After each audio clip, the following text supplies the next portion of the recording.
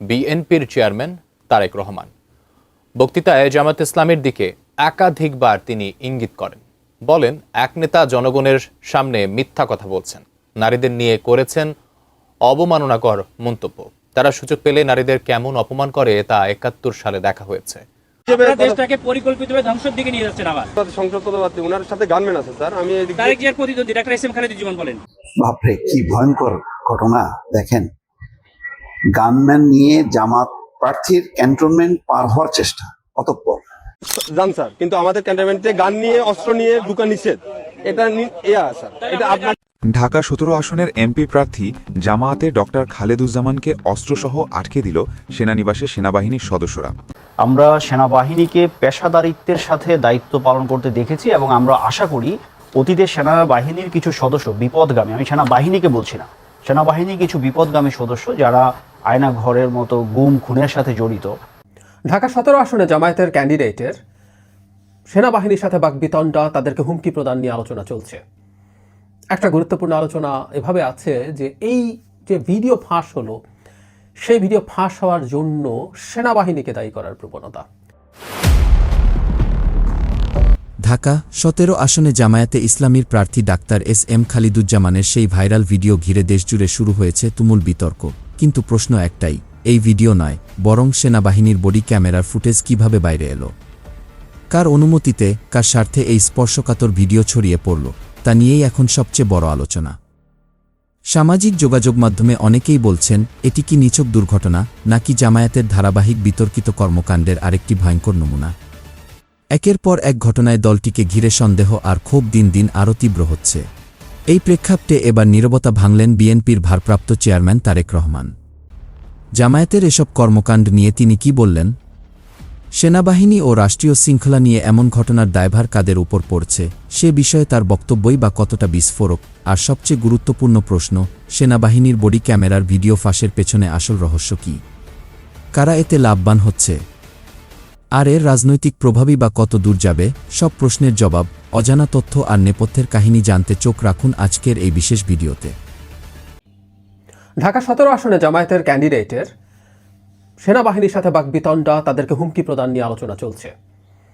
একটা গুরুত্বপূর্ণ আলোচনা এভাবে আছে যে এই যে ভিডিও ফাঁস হলো, সেই ভিডিও ফাঁস হওয়ার জন্য সেনাবাহিনীকে দায়ী করার প্রবণতা, সেটা নিয়ে একটু কথা বলতে চাই। তার আগে একটা ক্লিপ একটু দেখে নেওয়া যাক।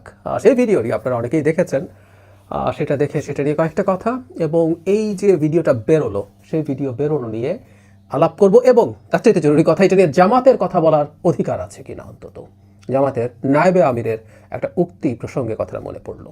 আগে এই ক্লিপটা দেখি, তারপর আবার কথা বলছি। এই সময় বুঝছেন, সময় সবসময় থাকে না, ঠিক আছে? আপনাদের সবাই সবসময় সমান যায় না। বহুত বড় বড় অফিসাররা আদর্শে পাশে অফিসে পড়ে আমাদের যাইয়া, আমরা কিছু বলি নাই স্যার। আমরা এরকম কুকুরের মতো পাচাটা হই নাই স্যার, ঠিক আছে স্যার?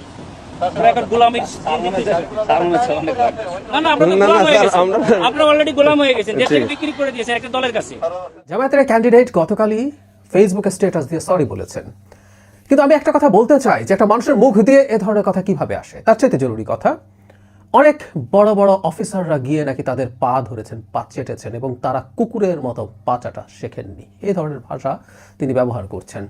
আমরা আমাদের জায়গা থেকে জানতে চাই, এটা একটা পাবলিক ইন্টারেস্টের বিষয় নিশ্চয়ই হবে, কারণ তার এই ভিডিও ফাঁস হওয়ার সাথে পাবলিক ইন্টারেস্টের প্রশ্ন জড়িত আছে।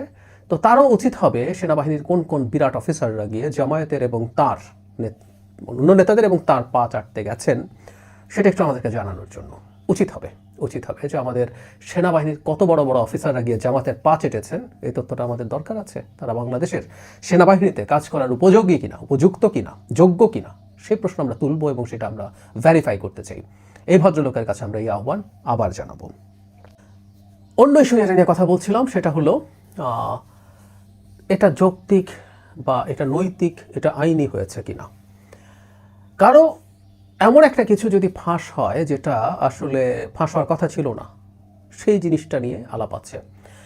একটা বডি ক্যামেরা রেকর্ড করা হয়েছে এবং এই রেকর্ডটা হচ্ছে, এটা ইনফ্যাক্ট আমরা যদি ভিডিওটা দেখি, সেটা হচ্ছে এই ভদ্রলোক এটা জানতেন। একটা পর্যায়ে ওয়্যারলেসে বডি ক্যামেরা অন করতে বলা হয়, তখন যিনি মিলিটারি পুলিশ তিনি জানান যে বডি ক্যামেরা অন করা আছে। মজার ব্যাপার, অন করার পর ওই ভদ্রলোকের টোন খানিকটা নেমে যায়।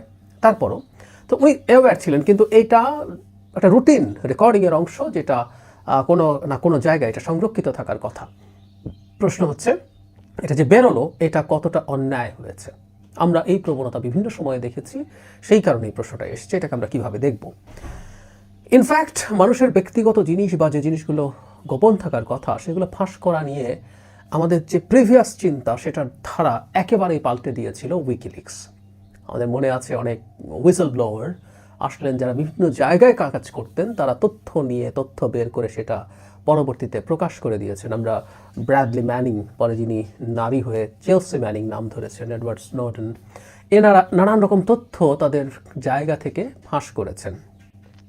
এখন একটা প্রশ্ন কেউ কেউ করছেন যে জামাতের এই নেতার বিরুদ্ধে এই তথ্যটা ফাঁস করায় বিএনপির সুবিধা হয়েছে, সেই সুবিধা দেয়াটাকে অনেকে ধরছেন এটা পরিকল্পিত। মানে একটা কথা মনে রাখতে হবে, প্রকাশিত বা লিক হওয়া যে কোনো তথ্য কারো না কারো কাজে লেগে যেতে পারে, কারো না কারো কাজে লেগে যেতে পারে, সেটা জন্য বলাই যাবে না যে এটা তারা করিয়েছেন। আর সবচেয়ে ভয়ঙ্কর যে প্রবণতাটা হচ্ছে আমি মনে করি সেটা হলো দায়ী করা হচ্ছে সেনাবাহিনীকে পুরোপুরি। আমি এই জায়গায় আসবো, কিন্তু যে কথাটা বলছিলাম যে ফাঁস হওয়া তথ্য কারো না কারো পক্ষে বা বিপক্ষে যেতেই পারে।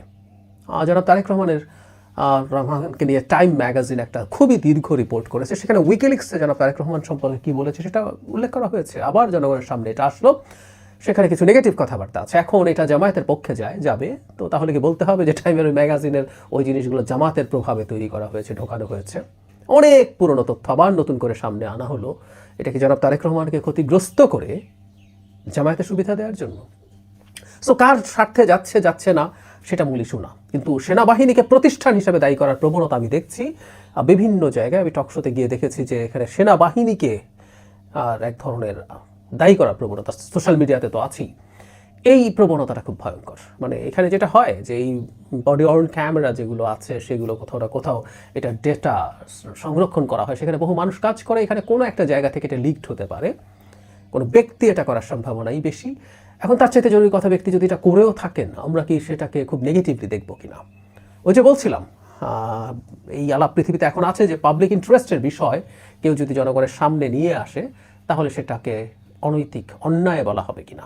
আমি এই যে ভিডিওটা ফাঁস হলো এটা বিএনপি কিছুটা মাইলেজ তো পাবেই, কোনো সন্দেহ নেই। 22 বছর পরে উন্নয়নের বার্তা নিয়ে খুলনার মাটিতে এলেন বিএনপি চেয়ারম্যান তারেক রহমান। শহরের প্রভাতী স্কুল মাঠে সকাল থেকে ভিড় করেন নেতাকর্মীরা। নানা সাজে সজ্জিত হয়ে জনসভায় আসতে থাকেন খুলনার 14 আসনের ভোটাররা। বেলা 12:30টার দিকে নির্বাচনী জনসভার মঞ্চে উঠে দেশ পুনর্গঠনে এখন বিএনপির প্রয়োজনীয়তা তুলে ধরেন তারেক রহমান। আপনাদের দয়া আল্লাহর রহমতে বিএনপি সরকার গঠন করলে বাংলাদেশের প্রত্যেকটি গৃহিণীর কাছে, প্রত্যেকটি মায়ের কাছে আমরা ফ্যামিলি কার্ড পৌঁছে দেব। এই সমাবেশে তারেক রহমান জামায়াত ইসলামীর নাম উচ্চারণ না করলেও তাদের দিকেই বারবার ইঙ্গিত করেন। বিএনপি চেয়ারম্যান বলেন, একটি দল নারী সমাজকে ঘরের মধ্যে আটকে রাখতে চায়, তারা নিজের স্বার্থে ধর্মকে ব্যবহার করছে, মিথ্যাচার করে জনগণকে বিভ্রান্ত করার চেষ্টা করছে। যাদের নেতা আজ বাংলাদেশের নারীদেরকে একটি খারাপ কিছুর সাথে তুলনা করেছে, তারা বলে তারা ইসলাম কায়েম করবে, কিন্তু নবী করিম সাল্লাল্লাহু আলাইহি ওয়াসাল্লামের স্ত্রী পর্যন্ত, উনিও পর্যন্ত একজন ব্যবসায়ী ছিলেন। একটি দলের নেতার নারীদের নিয়ে মন্তব্য কলঙ্কজনক বলে মন্তব্য করেন বিএনপি চেয়ারম্যান। ধর্মকে ব্যবহার করে নিজেদের স্বার্থ রক্ষা করার জন্য, যেখানে প্রয়োজন সেখানে তারা তাদের মতন করে ধর্মকে ব্যবহার করে। আমরা গতকাল দেখেছি যখন এই কথা বলার পরে তীব্র সমালোচনা শুরু হলো নারী সমাজ থেকে, যখন এই কথা বলার পরে তীব্র সমালোচনা শুরু সমাজের প্রত্যেকটি মানুষের কাছ থেকে, তখন তারা বলছে তাদের এই আইডি নাকি ফেক। নির্বাচন নিয়ে আবারও ষড়যন্ত্র হচ্ছে উল্লেখ করে তারেক রহমান নেতাকর্মীদের সজাগ থাকার আহ্বান জানান। নির্বাচনে যদি তারা কোনোভাবে সুযোগ পায় নির্বাচন পরবর্তী সময়, তাহলে তাদের আচরণ কি হতে পারে। খুলনা অঞ্চলের প্রার্থীদের পরিচয় করিয়ে দিয়ে আগামী নির্বাচনে ধানের শীষকে জয়ী করতে ভোট চান বিএনপি চেয়ারম্যান। ইনশাআল্লাহ 13 তারিখে ধানের শীষের সরকার গঠিত হলে 13 তারিখ থেকে এই মানুষগুলো আপনার এলাকার উন্নয়ন, আপনার সমস্যা, সুবিধা অসুবিধা সবকিছু দায় দায়িত্ব তাদের। খুলনা বাগেরহাট সাতক্ষীরার 14 আসনের প্রার্থীকে নিয়ে একই মঞ্চে উঠে ধানের শীষে ভোট চাইলেন বিএনপি চেয়ারম্যান তারেক রহমান। এই শিল্পাঞ্চল নিয়ে তাদের সুনির্দিষ্ট পরিকল্পনা রয়েছে এমন বার্তা দিয়ে বিএনপি চেয়ারম্যান বললেন, সরকার গঠন করে তারা যে সুনির্দিষ্ট পরিকল্পনা নিয়ে কাজ করতে চান তার জন্য 12 তারিখে কেন্দ্রগুলোতে শক্ত অবস্থান নিয়ে ভোটের নিশ্চয়তা করতে হবে। খুলনা থেকে আমিনুল ইসলাম, এটিএন নিউজ। তো প্রিয় দর্শক, এতক্ষণ আমাদের সাথে থাকার জন্য আপনাদের অসংখ্য ধন্যবাদ। আর হ্যাঁ, আজকের এই উক্ত বিষয়টি হতে আপনারা কি বুঝতে পেরেছেন তা অবশ্যই আমাদের কমেন্ট করে জানাতে ভুলবেন না। আর হ্যাঁ, আপনি যদি আমাদের এই চ্যানেলে নতুন দর্শক হয়ে থাকেন তাহলে অবশ্যই চ্যানেলটি সাবস্ক্রাইব করে বেল বাটনটি অন করে রাখবেন। আজকের মতো এখানে বিদায় নিচ্ছি, দেখা হচ্ছে পরবর্তী কোনো একটি ভিডিওতে। ভালো থাকবেন সবাই, ধন্যবাদ সবাইকে।